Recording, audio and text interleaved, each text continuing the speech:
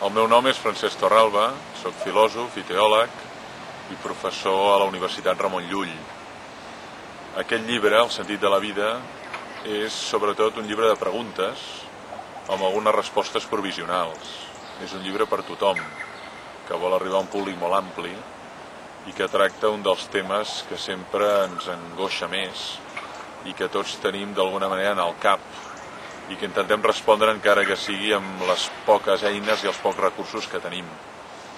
que és la pregunta pel sentit de la vida, una pregunta universal, una pregunta constant, una pregunta que es fa al nen, una pregunta que es fa a la dona, una pregunta que es fa a l'home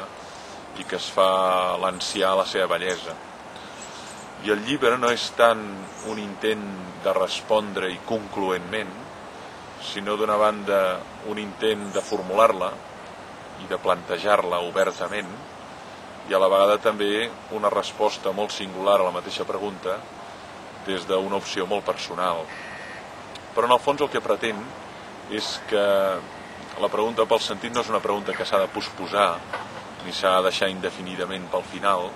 sinó que de fet l'hem d'afrontar en primera persona i mirar de respondre-la el més aviat possible. Sobretot perquè com més aviat la responguem, més podrem dotar de sentit la vida a cada dia i donar-li tot el valor que es mereix. Llavors el llibre bàsicament és això, un recorregut per els moments on aquesta pregunta aflora. Hi ha moments especialment, jo diria, punyents on la pregunta aflora,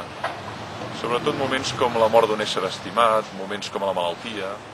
moments on una persona s'ha de plantejar canvis importants en la seva vida, i aquesta pregunta aflora amb molta força, i romp amb molta força. I després, d'altra banda, intento agafar el lector de la mà i mostrar-li algunes maneres raonables de respondre a aquesta pregunta,